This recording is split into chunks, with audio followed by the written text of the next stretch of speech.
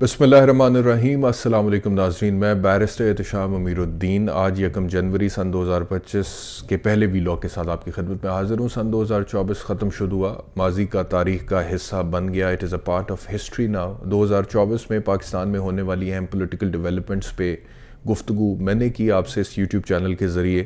آج اس 2025 کے پہلے دن کے پہلے ویلاگ میں 2 سوالات کو ایڈریس کرنا چاہ رہا ہوں۔ پہلا تو یہ کہ نئے سال کا مطلب کیا ہے، اور دوسرا یہ کہ اس مطلب کو سب سے زیادہ کس کو سمجھنے کی ضرورت ہے۔ اور ان 2 سوالات کا انتخاب میں نے اس لیے کیا ہے کیونکہ آج ہم ایک ایسی سٹیج پر ہیں کہ جب 22-24 کروڑ کی آبادی کے ملک کا وزیر اعظم جناب محترم قبلہ حضرت مولانا میاں محمد شہباز شریف صاحب قوموں کی ترقی کا راز افشاں جب اپنی قوم پر کرتے ہوئے یہ فرماتے ہیں کہ جو قومیں ترقی کرتی ہیں وہ اس لیے کرتی ہیں کہ وہاں پہ لوگ احتجاج کرتے ہوئے او کی آواز نکالتے ہیں، اور جہاں پر او کے علاوہ کسی اور طریقے سے لوگ احتجاج کریں وہاں پہ ترقی نہیں ہوتی ہے۔ تو جب شہباز صاحب یہ فلسفہ پریزنٹ کر رہے ہیں in front of the people of Pakistan, تو آئی بلیو کچھ فلسفہ ہمیں بھی عرض کرنے کی اجازت ہونی چاہیے۔ تو اس وجہ سے پہلا تو یہ کہ نئے سال کا مطلب کیا ہے، اور دوسرا یہ کہ یہ نئے سال کا مطلب جو ہے کس کو سب سے زیادہ سمجھنے کی ضرورت ہے۔ جب آپ کو بھی کل رات سے بہت سارے میسیجز ہیپی نیو ایئر کے آئے ہوں گے، what is happy new year? پوری دنیا میں لوگوں نے مختلف طریقوں سے منایا نا۔ ادھر ٹائم سکوئر میں نیو یارک میں بال ڈراپنگ سیریمنی، لنڈن آئے میں فائر ورکس، دبئی میں برج خلیفہ کے اوپر بڑی زبردست سیریمنی، پیرس میں، قطر میں، آسٹریلیا، نیوزی لینڈ میں، حتیٰ کہ پاکستان میں بھی مخصوص طریقے سے ایک مخصوص طبقہ نوجوانوں کا نیو ایئر سیلیبریٹ کرتا ہے۔ وہ 2-3-4 ایک موٹر سائیکل پر بیٹھ کے سلنسر اتروا دیتے ہیں، پھر وہ اتنی بری بھدی آواز لگتی ہے اس موٹر سائیکل کی بغیر سلنسر کے، پھر وہ اسے دوڑاتے ہیں، ون ویلنگ کرتے ہیں، سڑکیں ماپتے ہیں، شور شرابہ کرتے ہیں۔ لیکن کیا ہمیں اندازہ ہے کہ یہ جو نئے سال کو ہم سیلیبریٹ اس طرح سے مختلف لوگ مختلف طریقوں سے کر رہے ہیں، اس کا مطلب کیا؟ اس کا مطلب حضور والا صرف یہ نہیں ہے کہ آپ کے کیلنڈر پہ جنوری سے لے کے دسمبر تک کی نمبر گیم پوری ہو گئی ہے تو نیا سال سن 2025 طلوع ہو گیا ہے۔ اس کا مطلب یہ ہے کہ آپ کی زمین جو سورج کے گرد چکر لگا رہی ہے ایک مخصوص رفتار سے، اور اس وقت بھی جب میں آپ سے مخاطب یہ ویلاگ کر رہا ہوں اور آپ اپنے گھروں کے کمفرٹ زونز میں بیٹھ کر مجھے سن رہے ہیں، تو اس وقت بھی یہ زمین کی موومنٹ ہو رہی ہے سورج کے گرد، اور اس کی رفتار 1,07,000 کلومیٹر فی گھنٹہ ہے۔ یعنی کہ 1,07,000 کلومیٹر فی گھنٹے کی رفتار سے یہ زمین جب سورج کے گرد ایک چکر مکمل کرتی ہے اپنے حصار میں، اپنے مدار میں، تو پھر ہیپی نیو ایئر۔ تو ایک تو ارتھ کی یہ موومنٹ ہو رہی ہے، دوسرے اس کی جو موومنٹ ہو رہی ہے اس موومنٹ کو ریولوشن بولتے ہیں، اور جو دوسری موومنٹ ہے اس کو بولتے ہیں روٹیشن۔ اور روٹیشن یہ ہے کہ اپنی جگہ پر ہوتے ہوئے وہ سپن کر رہی ہے، روٹیٹ کر رہی ہے، اور اس کی رفتار 10,600 کلومیٹر فی گھنٹہ ہے۔ تو یہ 10,600 کلومیٹر فی گھنٹے کی رفتار سے زمین کی جو روٹیشن ہو رہی ہے اس سے دن رات میں اور رات دن میں تبدیل ہو رہی ہے، اور جو 1,07,000 کلومیٹر فی گھنٹہ کی رفتار سے زمین اپنے آربٹ میں ایک چکر سورج کے گرد مکمل کرتی ہے، اس سے پھر ہیپی نیو ایئر ہوتا ہے۔ اب آپ اندازہ کریں کہ یہ کتنا زبردست ایک نظام ہے، کتنا فیسنیٹنگ ہے، کتنا آئیڈیل قسم کا، آئیڈیل کنڈیشنز ہیں۔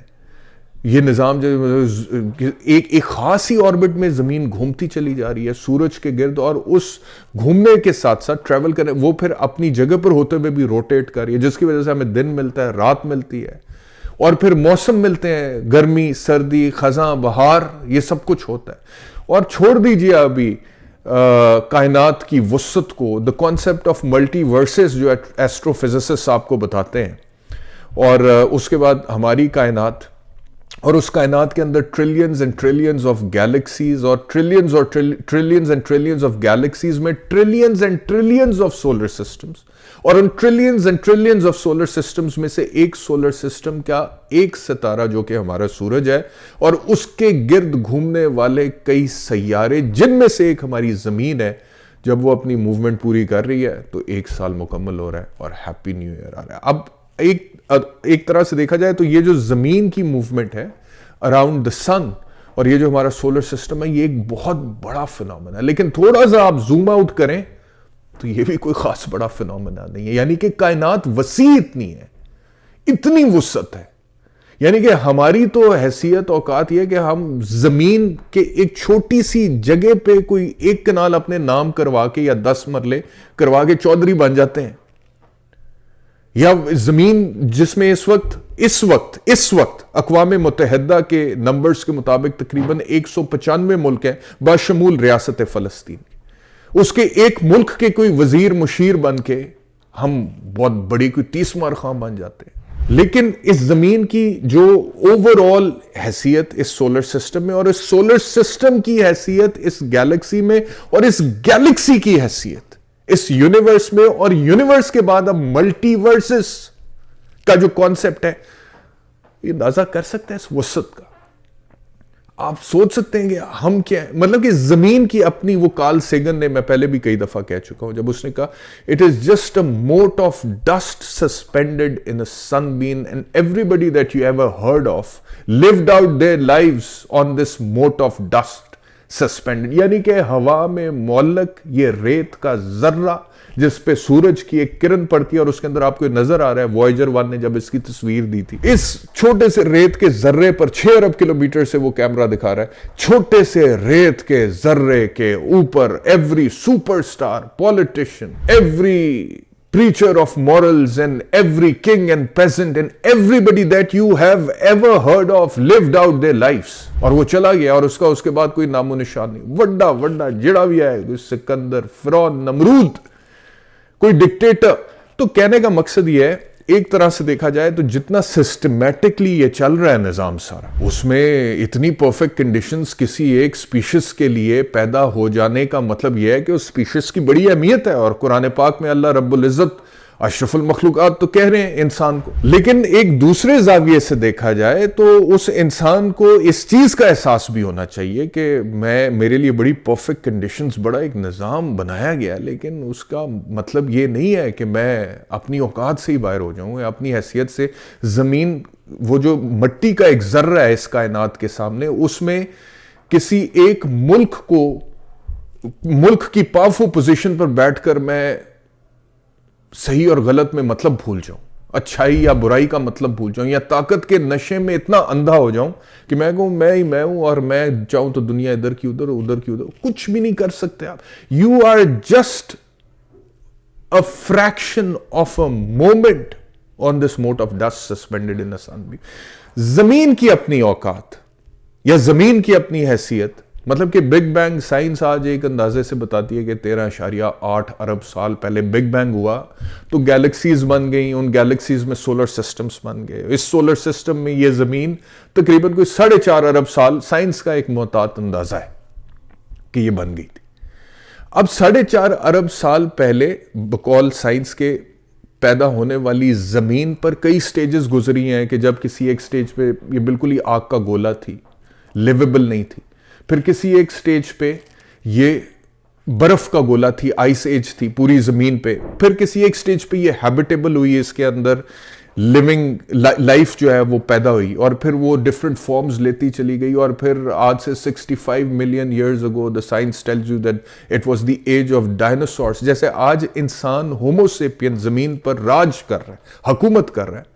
آج سے 65 ملین سال پہلے ڈائناسور سب سے زیادہ طاقتور سپیشیز ہوتے تھے زمین پہ. لیکن ایک ایسٹرائڈ آ کے وجہ زمین کو، جس کے بعد ایسی تباہی، والکینوز ایرپٹ ہوئے، سونامیز آئیں کہ پوری زمین تباہ ہو کے رہ گئی ایک دفعہ. اور اس کے بعد پھر اس کو دوبارہ ریکور ہونے میں ٹائم لگا. اس کے بعد پھر سائنس اپنے فوسل ریکارڈ سے یہ بتاتی ہے کہ آج کا جو انسان جس کو ہم ہومو سیپین کہتے ہیں، اس سے پہلے 6 اور سٹیجز تھیں انسانوں کی، وہ اور طرح کے ہوموز تھے، اور millions and millions of years تک وہ انسان زمین پہ بستے رہے ہیں، جنگلوں میں، غاروں میں.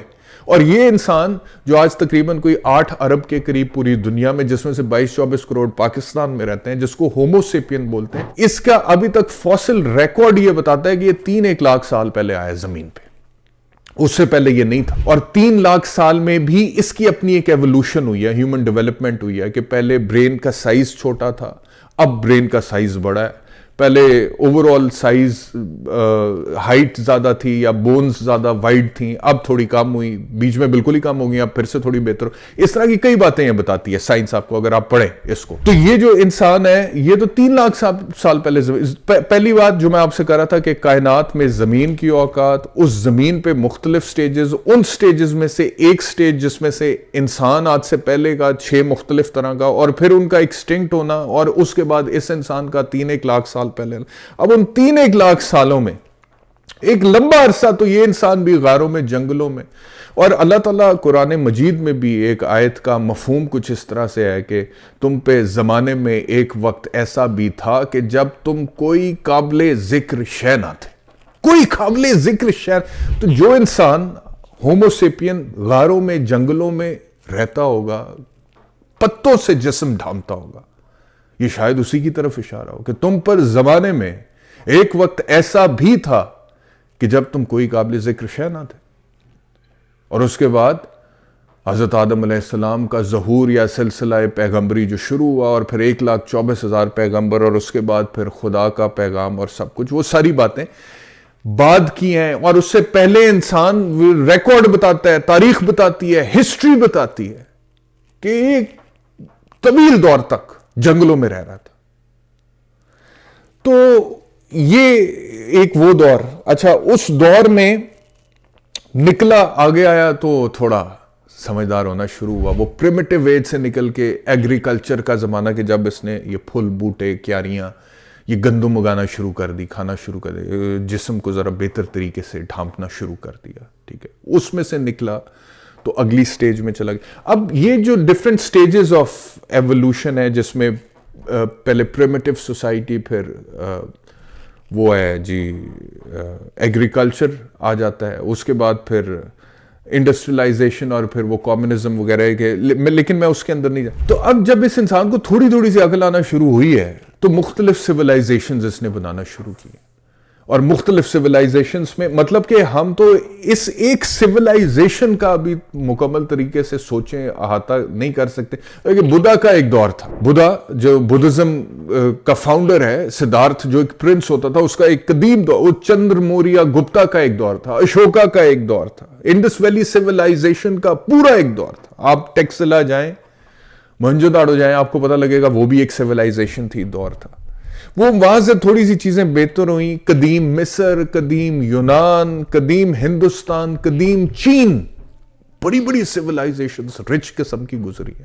اس زمانے کے انسان یہی سمجھتا ہوگا کہ سب کچھ میرے لیے، میری وجہ سے، میرے پہلے بھی کچھ نہیں تھا، میرے بعد بھی کچھ نہیں تھا. جبکہ حقیقت یہ ہے کہ اس کا اپنا جو ٹائم سپین ہے وہ اتنا سا ایک ڈاٹ سے بھی کم، کیونکہ ارتھ پوری ایک ڈاٹ ہے، اور اس ڈاٹ میں ایک لمبی ٹائم لائن وقت گزر ہے نا. یوں اس وقت کے اندر اب آپ خود ہی سوچیں 4.5 ارب سال میں کتنی سپیشیز، کتنی سیولائزیشنز، اور ان سیولائزیشنز میں سے ایک سیولائزیشن، مطلب کہ چین میں بھی تب جو کچھ چین میں جو امپورٹنٹ تھا نا، انہوں نہیں پتا ہونا کہ ہندوستان میں کون امپورٹنٹ ہے. میڈیا کا دور نہیں تھا.